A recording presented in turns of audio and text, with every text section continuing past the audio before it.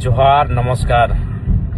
कल यानी 29 दिसंबर 2025 को पश्चिम बंगाल पुरुलिया जिला के टैक्सी स्टैंड में झारखंड लोकतांत्रिक क्रांतिकारी मोर्चा के बैनर तले पश्चिम बंगाल की वर्तमान प्रभारी निवेदिता महतो और राजू महतो के नेतृत्व में एक कार्यकर्ता मिलन समारोह का कार्यक्रम आयोजन किया गया है।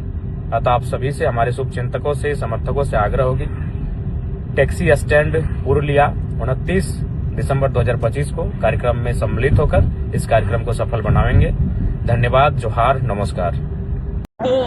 কর্মসংস্থান পরিষেবাতে পরিকল্পনা মাফিক জঙ্গলমহলকে পিছিয়ে রাখার যে পরিকল্পনা, আর এই প্রতিবাদে আগামীকাল জঙ্গলমহলের অধিকার আদায়ের জন্য জনজাগরণ সভাতে আপনাদের সকলকে জানাই সাদর আমন্ত্রণ।